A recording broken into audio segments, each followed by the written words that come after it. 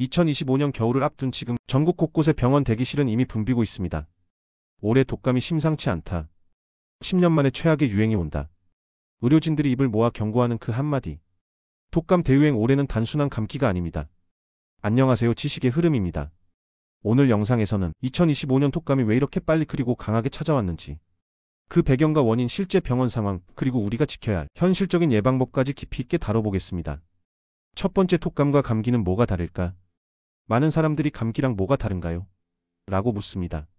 하지만 독감, 즉 인플루엔자는 완전히 다른 질병입니다. 일반 감기는 라이노바이러스나 코로나 바이러스 계열로 콧물 기침 같은 가벼운 호흡기 증상을 일으키지만, 독감은 인플루엔자 바이러스 A형과 B형로 인해 고열, 근육통, 피로감, 폐렴 등 전신 증상을 유발합니다. 한마디로 감기가 코가 막히는 병이라면 독감은 몸 전체가 아픈 병이죠. 둘째, 왜 2025년은 이렇게 빨라졌나? 질병관리청은 2025년 10월 17일 올해 첫 인플루엔자 유행주의보를 발령했습니다. 보통 12월쯤 시작하던 유행이 2달이나 빨라진 겁니다. 전문가들은 그 이유를 이렇게 분석합니다. 첫째, 면역 공백.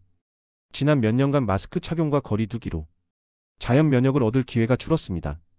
그 결과 많은 사람들이 인플루엔자에 대한 방어력이 약해졌습니다. 둘째, 기후 변화.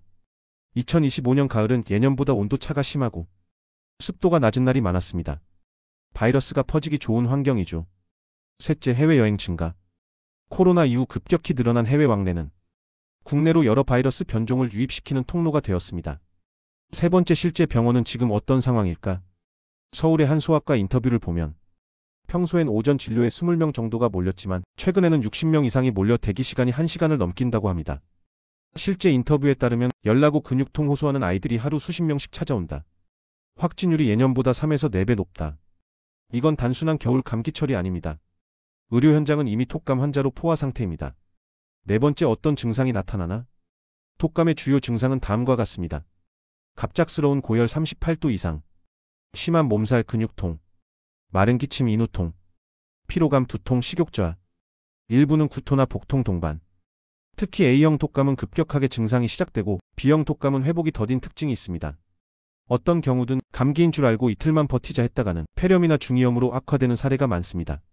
다섯 번째, 2025년 유행 중인 독감 종류는 질병청 발표에 따르면 올해는 A형 H1N1 그리고 B형 빅토리아 계열이 함께 확산 중입니다. 이 두 가지는 모두 2025년 예방접종 백신에 포함되어 있으며 백신 효과는 접종 후 약 2주 후부터 나타납니다. 그래서 전문가들은 이렇게 조언합니다. 지금이라도 늦지 않았습니다. 백신 접종은 독감의 중증화를 막는 가장 확실한 방법입니다. 여섯 번째, 독감 치료 그리고 잘못된 상식. 독감 걸리면 항생제 먹으면 낫지 않나요? 아닙니다. 항생제는 세균을 죽이는 약입니다.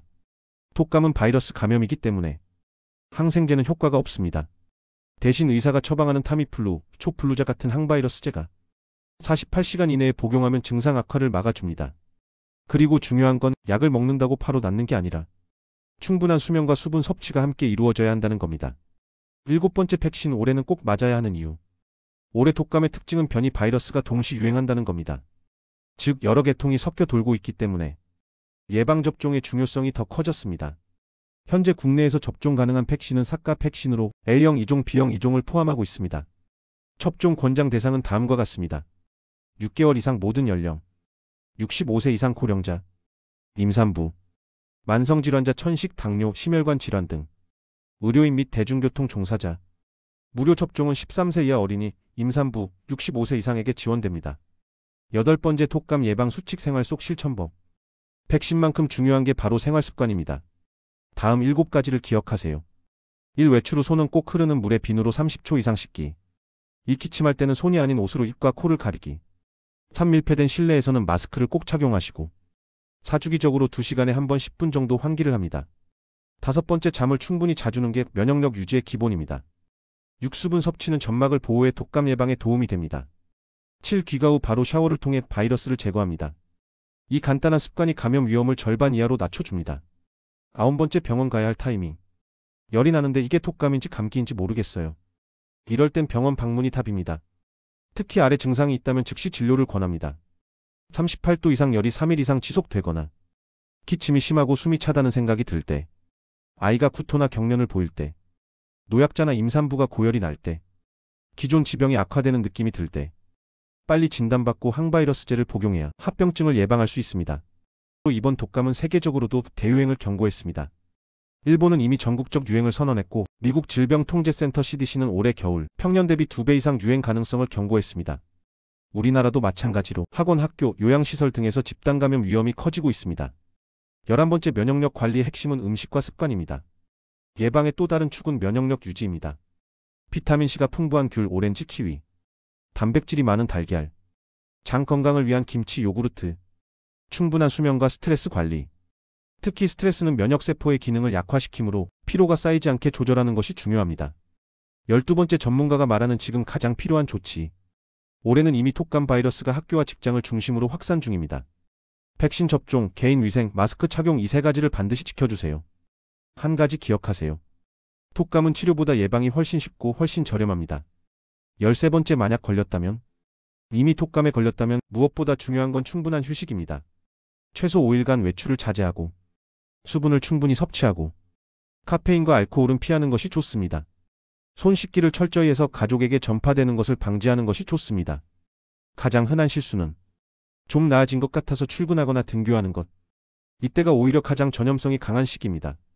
14번째 앞으로의 전망 2026년까지 이어질까? 전문가들은 올해 유행이 2026년 초까지 이어질 가능성이 있다고 전망합니다.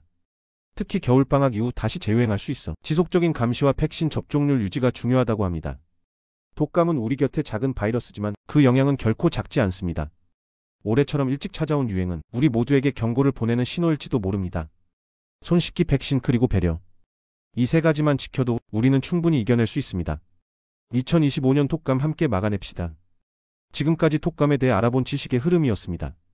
영상이 도움이 되셨다면 좋아요, 구독 부탁드립니다.